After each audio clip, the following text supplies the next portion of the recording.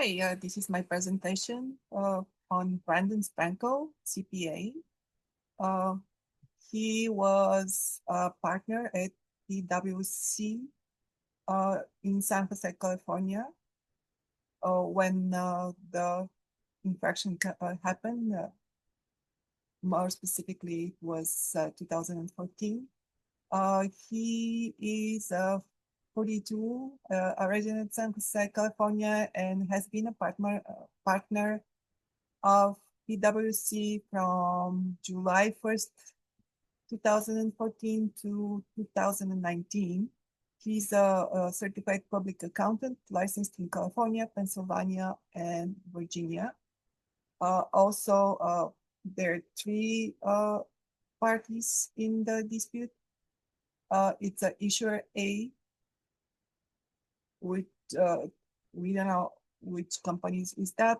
We only know that it's a multinational technology company with substantial operations in the United States, which trades on NASDAQ stock market. During the relevant period, issuer A had reporting obligations under Section 13A of the Exchange Act. And Pricewaterhouse, PwC, which is an audit firm headquartered in New York and had been registered for the Public Company Accounting Oversight Board pursuant to the Sarbanes-Oxley Act in 2002 to prepare and issue audit reports. So this is an official SEC report. And they found Brandon Spanko CPA responsible of the following: improper professional conduct. He was responsible for supervising performance prohibited non-audit services for two PwC projects for issuer A during 2014.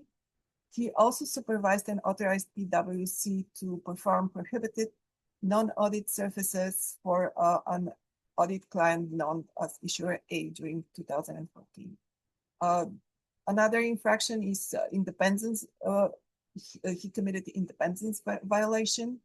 For the projects, he was involved with the design and implementation of governance, risk, and compliance software, which companies generally use for to coordinate and monitor controls over financial reporting, which are subject to the internal control over financial reporting audit procedures.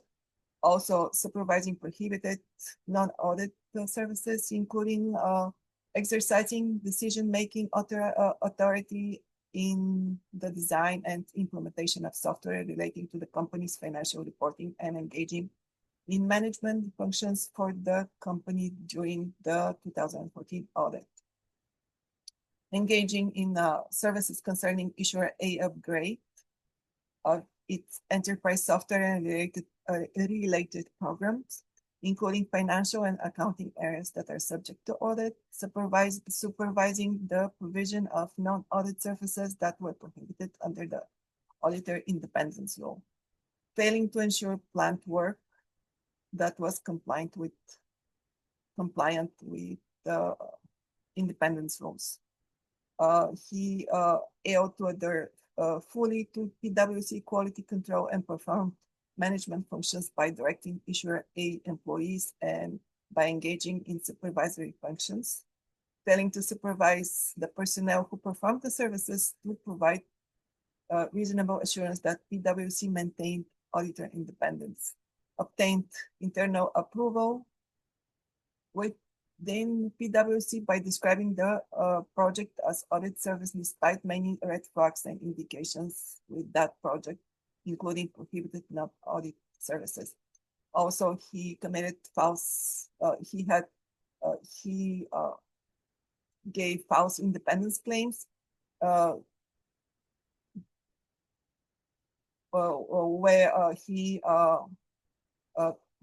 failed to obtain proper audit committee pre-approval per PCAOB rules on 19 engagements involving 15 registered audit clients.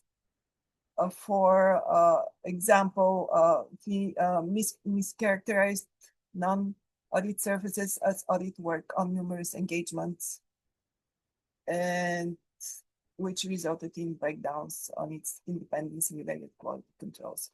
Also, he disclosed confidential information. When pursuing the GRC work with issuer A, he regularly communicated and shared strategies with information with third-party GRC sales representatives. And in the course of those communications, he provided material, non-public information concerning issuer aid financial progress. By doing this, Franco failed to comply with the PCAOB Rule 35,000T.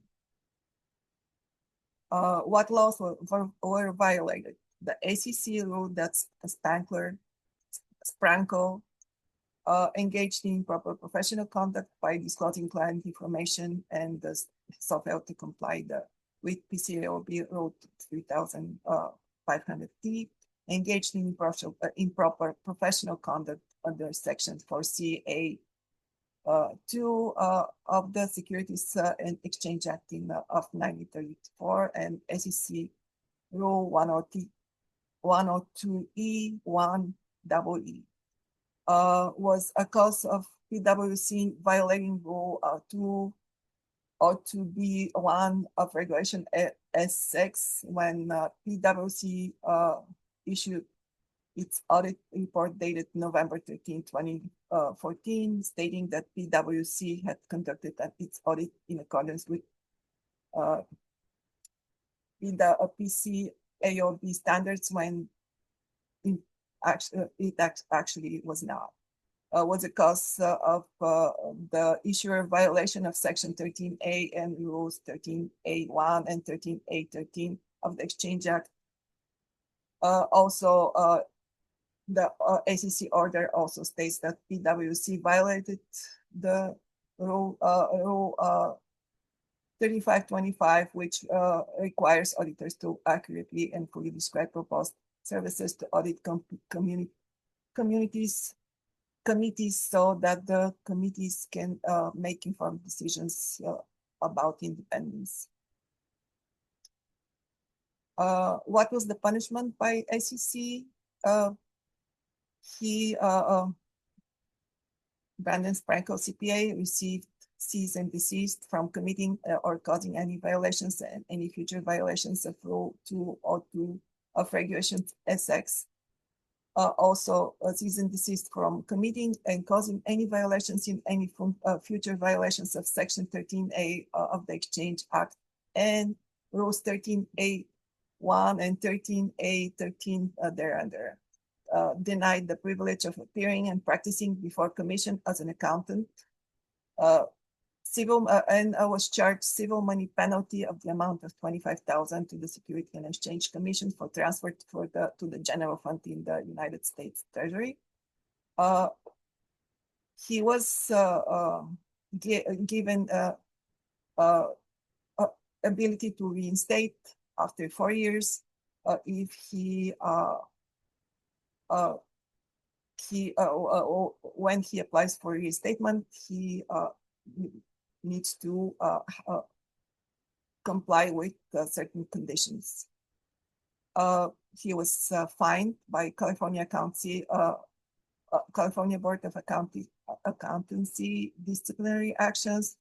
He was also he had to surrender his CPA license and charged $3,200 for a new reinstated license. Also, he was also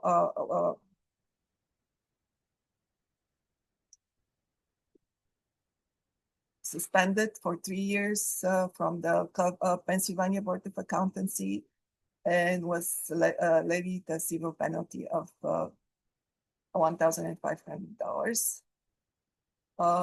There was no publicly available record of official documentation indicating that he faced any disciplinary punishment from the Virginia Board of Accountancy. While he is licensed in Virginia, the disciplinary actions documented and publicly accessible pertain to federal SEC sanctioned the Pennsylvania Board of Accountancy and references from the California Board of Accountancy.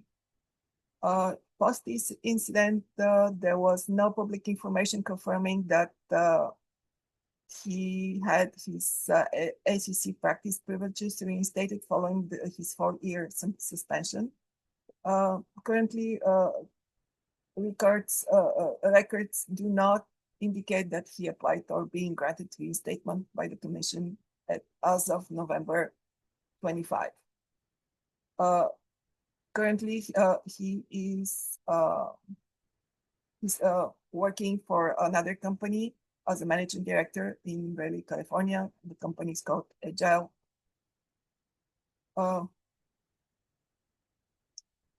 So why this happened? The oversight of day-to-day work in 2014 was not as rigorous, and the pace of the workplace was very fast. The pressure to sign new clients, perform services, and keep up with the market was high. On the other hand, the accountability was low. Company executives navigate constantly shifting landscapes, increasing client demand, and inconsistencies between public statement and corporate actions.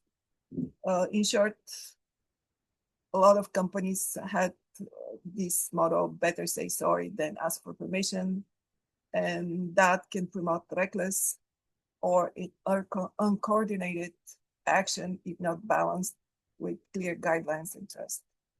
Thank you.